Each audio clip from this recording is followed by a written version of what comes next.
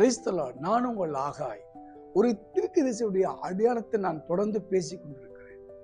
இந்த நாட்களிலே தீர்க்கதரிசியுடைய அடையாளம் என்னவென்றால் 1 ராஜாக்கள் புஸ்தகம் 18ஆம் அதிகாரம் 15ஆம் வசனம் பாருங்கள். ஒபதியாவுக்கு எலியா சொல்லுகிறார், கர்த்தருக்கு முன்பாக நிற்கிற எலியா நான்.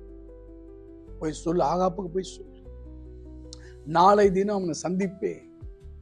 என் அன்புக்குரியவர்களே, ஒரு தீர்க்கதரிசியுடைய அடையாளம் ஆண்டவருக்கு முன்பாக தனித்து இருப்பது, தனித்து ஜெபிப்பது. அதுதான் தீர்க்கதரிசி. அவன் எப்போதும் ஐக்கியப்பட மாட்டான், தேவனோடு ஐக்கியமா இருப்பான். நீங்க புரிந்து கொள்ளும். நீங்க அங்க இங்க சுத்த மாட்டான், வீடு வீடா சுத்துறவன் தீர்க்கதரிசி கிடையாது. தேவனுக்கு முன்பாக நிற்கிறவன் நான் தீர்க்கதரிசி.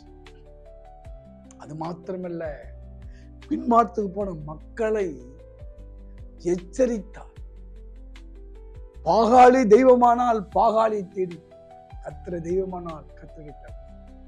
2 நினைவோடு குஞ்சுக்கு நடப்பது என்ன என்று தெளிவாக்கன எலியா. அது மாத்திரமல்ல, 1 ராஜாக்கள் 18:36 வாசித்து பாருங்க.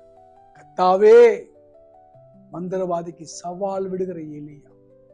இந்த நாட்களை பாருங்க, இந்த மந்திரவாதி அதை பண்ணிட்டா, அந்த மந்திரவாதி ஏவி அனுப்புறான், இந்த மந்திரவாதி கொண்டு விரும்ப செய்யறான், மோசமான மந்திரவாதி என்று சொல்லி ஜனங்களை மந்திரத்தை நம்பும்படி, மந்திரத்தை பிலீவ் பண்ணும்படி, சூரியத்துக்கு பயப்படும்படி ஏவுகிற வெளிப்பாடு சொல்ற இன்னைக்கு கள்ள தீர்க்கதரிசி அதிகமாயிட்டு. அதனால எச்சரிப்பான வார்த்தை.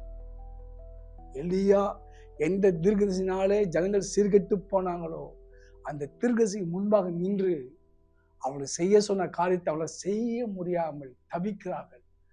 எலியா சொன்ன ஒரே வார்த்தை 1 ராஜாக்கள் புஸ்தகம் 18:36, ஆபிரகாம், ஈசாக்கு, யாக்கோபின் தேவனே, இவைகளெல்லாம் நம்முடைய வார்த்தையின்படி செய்து நின்று விளங்க பண்ணுன்னு சொல்லும் போது பரலோகத்தின் அக்கினி வந்து எல்லாவற்றையும் பட்சித்து.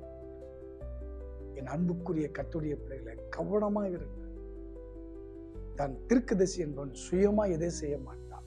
கர்த்தர் சொன்னதை செய்கிறவன் தான் தீர்க்கதரிசி. அந்த அக்கினி அதை விளங்க பண்ணி மந்திரவாதிகள் நடுங்கும்படியாக, மந்திரக்கிரியை அழிக்கும்படியாய் வெளிப்படுகிறவன் தான் தீர்க்கதரிசி.